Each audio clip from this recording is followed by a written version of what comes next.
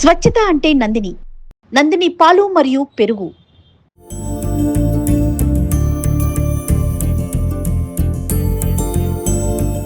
వేసవికాలం అంటే మామిడికాయల సీజన్ అందరికీ తెలుసు.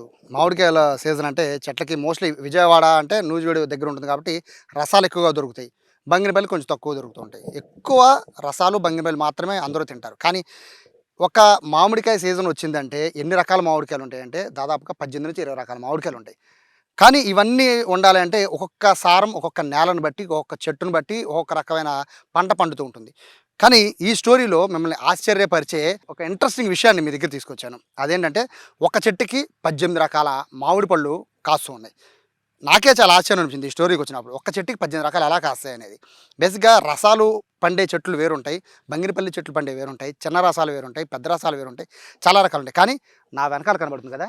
ఈ ఒక్క చెట్టుకి 18 రకాలు, ఒకే ఒక్క చెట్టు 18 రకాల మామిడికాయలు కాస్తున్నాయంటే నిజంగా చాలా చాలా గొప్ప విషయం. ఈ ఫార్మర్ ఎవరంటే ఇదిగోండి స్క్రీన్‌లో కనబడుతున్నారు కదా!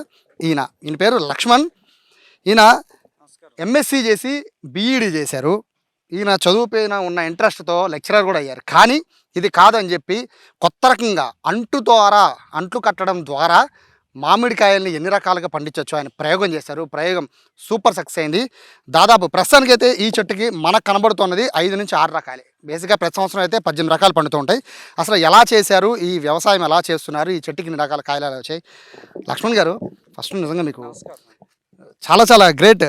ఇప్పుడు దీని గురించి చెప్పే ముందు ఇక్కడ ఈ చెట్టుకి ఏవే కాయలు ఉన్నాయో చెప్పండి, చూపించండి. ప్రజెంట్ ఈ చెట్టుకి ఇవి చెరుకు రసాలండి. ఇదేమో మొక్క బంగినపల్లి, మేము నాటుకాయలు అని పిలుస్తాము లోకల్ భాషలో. ఇవేమో నూజివేడ్ రసాలు, ఇదేమో పెద్ద రసము, ఇది బంగినపల్లి. ప్రజెంటు ఈ చెట్టుకి 5 రకాలు కాసినాయండి. మొత్తం ఈ ఈ చెట్టు ఒక సంవత్సరం వయసు ఉన్నప్పుడు 18 రకాలు కొమ్మలు మా లోకల్ ఏరియాలో అవైలబుల్గా ఉన్నటువంటి 18 రకాల కొమ్మలు తెచ్చి దీనికి గ్రాఫ్టింగ్ చేసాము. అప్పుడు ఒక ఇంట్రెస్టింగ్గా చేసాము, అసలు ఒక చెట్టుకి ఇన్ని రకాలు కాపించగలమా లేదా అని. అంటుకట్టిన రెండో సంవత్సరం లైట్గా కొన్ని రకాలు వచ్చినాయి. మూడో సంవత్సరం అన్ని రకాలు రావటం ప్రారంభించినాయి. నాకు చాలా సంతోషం అనిపించింది. అలా ఒక చెట్టుకి ఇన్ని రకాల కాయలు కాస్తాయి అనేది నా నేను ప్రయోగంగా చేసి నేను అసలు మామూలు కట్టాను అసలు ఎలా ఉంటుందని. మూడో సంవత్సరం నాకు మంచి ఫలితాన్ని ఇచ్చింది. నాకు చాలా సంతోషం అనిపించింది. బేసిక్‌గా మాకు తెలిసి ఒక్క చెట్టుకి ఆ సారాన్ని బట్టి ఒక కాయ అంటే ఒక రకమైన కాయ కాస్తుందని తెలుసు. మీరు అంటే ఈ ప్రయోగం చేయకముందు మీకు ఐడియా ఉందా ఇన్ని రకాలు కాస్తాయని? నేనేంటంటే నేను ఎంఎస్సి బీఈడీ చేశానండి. నాకుండా సైన్స్ నాలెడ్జ్తో ఏం చేశానంటే ఈ ప్లాంట్స్ గురించి చదువుకొని ఇక్కడ జనరల్గా ఇప్పుడు ఈ ఆకు ఉందనుకోండి, ఇది ఫోటోసింథసిస్ ద్వారా ఆహారాన్ని తయారు చేసుకొని చెట్టుకి, కాండానికి, వేర్లకి, ఫ్రూట్స్కి అందించుతుంది. ఇప్పుడు చెట్టుకి యొక్క కాయలు ఇప్పుడు చెట్టుకి మనకి కాసే కాయ దీనిలో తయారయ్యే ఆహారం దాన్ని బట్టి దాని టేస్ట్ మారిద్ది. అంతేగాని మొదల దగ్గర మనం ఇచ్చేటటువంటి మాన్యూర్స్ వల్ల కానీ వీటి వల్ల ఏమీ చేంజ్ అవ్వదు. మెయిన్ చెట్టు ఆకు ఏ ఆకు ఉంటుందో ఆ రకం కాయే కాస్తుంది. ఇప్పుడు రసం కొమ్మ అంటు కట్టామనుకోండి పులుపు కాయలే కాస్తాయి. మామిడికాయ కట్టామనుకోండి తీపి గుండె కాయలే కాస్తాయి. అట్లాగా మనం ఎన్ని రకాల కొమ్మలు అంటుకట్టినా సరే మెయిన్ ఈ సన్లైట్ తగిలేది ఈ ఆకులకే కాబట్టి ఈ ఆకులో మనకి తయారయ్యేటటువంటి ఫుడ్ అదే రకమైన పండ్లను మాత్రమే వేస్తుంది. మొదల్లో మనం ఇచ్చే మాన్యూర్స్ వల్ల అయితే చేంజ్ అవ్వదు. మెయిన్గా డిపెండ్ అయ్యి ఉండేది ఈ ఆకు మీద మాత్రమే డిపెండ్ అయ్యి ఉంటుంది. మెయిన్ సైన్స్, ఆ సైన్స్ని బేస్ చేసుకొని నేను ఈ చెట్టుకి ఒక ఇంట్రెస్టింగ్గా అది తెలుసుకున్న తర్వాత ఈ 18 రకాలు గ్రాఫ్టింగ్ చేశాను. అసలు ఎలా 18 రకాలు అంటే ఏమేమి కాయలు వస్తాయి? మాకు లోకల్గా ఉండే అవైలబిలిటీలో నూజివేడ్ రసాలు, పెద్ద రసాలు, బంగినపల్లి, తోతాపురి, చెరుకు రసం, ఇమాం పసందు, కొబ్బరి మామిడి, నీలం, దశేరి, కేసరి, పండూరు మామిడి, ఇంకా నాటు రకాలు కొన్ని ఉన్నాయండి. నాటు రకాల్లో వచ్చేసరికి ఇది మొక్క బంగినపల్లి ఒకటి, నల్ల రసాలు ఒకటి, అంటే నూజివేడు తీయ మామిడని గుండ్రగా ఎల్లో కలర్ రెడ్గా ఉంటాయి యాపిల్ కాయలాగా అదొకటి, తెల్ల గులాబీ ఒకటి, జలాం ఒకటి, నీలం ఒకటి. ఈ రకాలని మా ఏరియాలో అవైలబుల్‌గా ఉన్నాయి.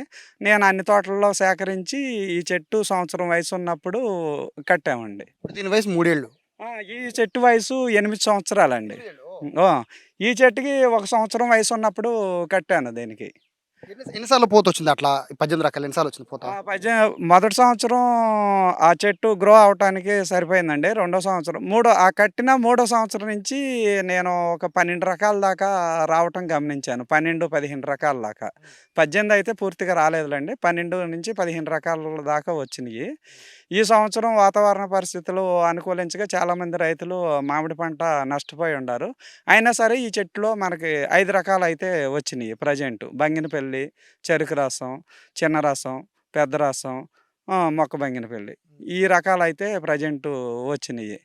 నాకు చాలా సంతోషంగా ఉంది. అసలు మామూలుగా ఇప్పుడున్నటువంటి వాతావరణ పరిస్థితుల్లో రైతులకి కాయలనేదే కాయకుండా పోయినా, మనకి ఈ 18 రకాల చెట్లు కనీసం 5 రకాలు కాసినియి. అంటే ఈ ఏరియా ఆగిరిపల్లి అంటేనే రసాలు, అవునండి.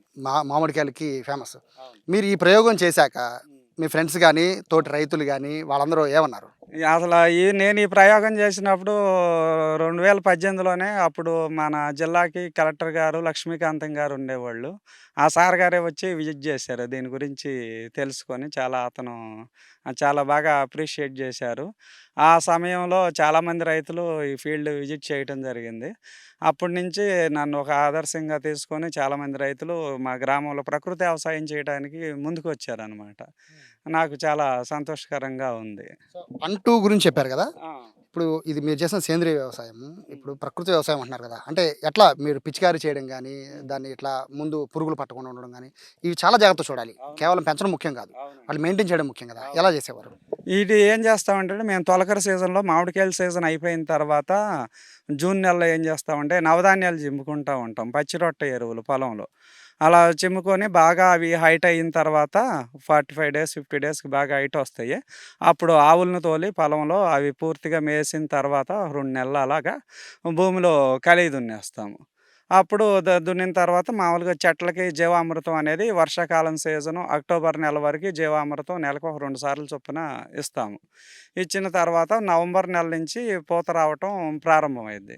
పూత రావటానికి ముందుగా మేమేం చేస్తామంటే అగ్న్యాస్త్రం అనేది స్ప్రే చేస్తాం మామిడి చెట్లకి. అది స్ప్రే చేయటం వల్ల ఏమవుద్దంటే చెట్లకు ఉన్నటువంటి పెస్ట్ ఏమన్నా ఉంటే కంట్రోల్ అయ్యిద్ది. అగ్న్యాస్త్రం, బ్రహ్మాస్త్రం దశపత్ర కషాయం ఈ 2 ఈటిల్లో ఏదో ఒకటి స్ప్రే చేస్తాం.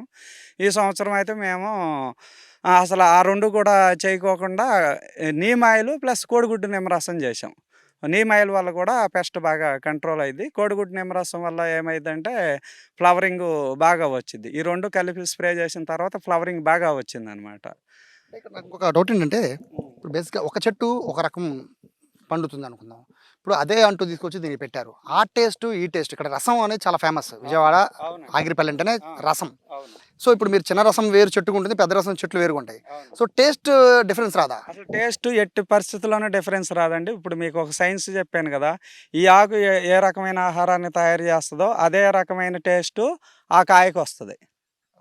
ఇప్పుడు మనం ఈ చెట్టుకి తీపిగా ఉండే కాయ తీసుకొచ్చి అంటుకట్టామనుకోండి, ఆ కాయ తీపిగానే ఉంటది. పులుపుగా ఉండే కాయ తీసుకొచ్చి అంటుకట్టామనుకోండి, కాయ పులుపుగానే ఉంటది. దాని టేస్ట్‌లో ఎటువంటి మార్పు రాదు. మొదలు ఒకటే ఉంటది. కానీ చివరి కొమ్మలు వేరు వేరు కాబట్టి దాన్ని బట్టి కాయ టేస్ట్ అనేది మారిద్ది. ఫైనల్‌గా చెప్పండి. ఒక చెట్టు అయితే ఇక్కడ కనబడుతోంది. దాదాపు 3 ఎకరాల్లో ఫార్మింగ్ చేస్తున్నారు మొత్తం అంతా గూడా. సో ఇంకా ఫ్యూచర్‌లో ఏమన్నా పెట్టే అవకాశం ఉందా? ఇది ఈ ఈ ఫార్ములాని ఎందుకు అప్లై చేసుకున్నామంటే, ఇప్పుడు జనరల్‌గా మామిడి చెట్లు ఒక సంవత్సరం కాస్తే మరో సంవత్సరం కాయట్లేదు. ఆ పరిణామాల వల్ల రైతులు నష్టపోతున్నారు. దాని నుంచి రెక్టిఫై అవ్వటానికి నేనేం చేశానంటే, ఒక చెట్టులోనే 2 రకాలు కట్టాను. ఇదేమో ఇంట్రెస్టెడ్‌గా 18 కట్టాము. ఒక చెట్టులో 2 రకాలు కట్టాము. హిమం పసందు చిన్న రసాలు, బంగినపల్లి చిన్న రసం, తోతాపురి చిన్న రసం, కొబ్బరి మామిడి చిన్న రసం. ఇలా కడతం వల్ల ఏమైందంటే, ఈ సంవత్సరం హిమం పసందు అసలు పంట ఏమీ నిలబడలేదు. అయినా సరే చిన్న రసాలు కాసినియి. సో, నాకు అది కాయకపోయిన హిమం పసందు రసాలు కాసినియి కాబట్టి నాకు పంట నష్టం అనేది జరగలేదు. మరలా కొబ్బరి మామిడి కాయలేదు. దానికి గట్టిన చిన్న రసాలు కాసినియి. దానివల్ల నాకు పంట నష్టం అనేది జరగలేదు.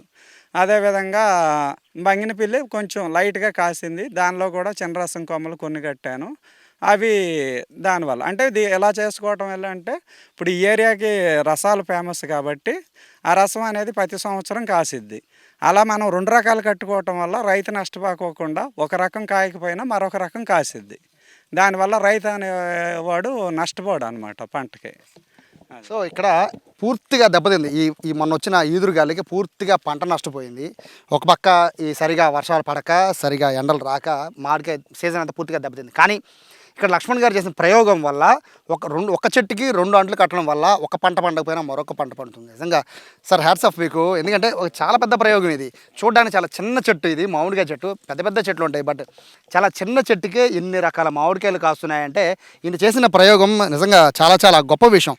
అందరు రైతులు కూడా ఈ విధంగా ఆలోచిస్తే పంట నష్టం అనేది మోస్ట్లీ లేకుండా ఉంటుంది. ఒకే రకమైన పంటను వేయడం వల్ల పంట ఒకటే సూపర్ హిట్ అవుతుంది, లేదా పూర్తిగా నేలమట్టం అయిపోతుంది. సో ఇలా చేస్తే కనుక ఒక పంట పోయినా మరో పంట వచ్చే అవకాశం ఉంది.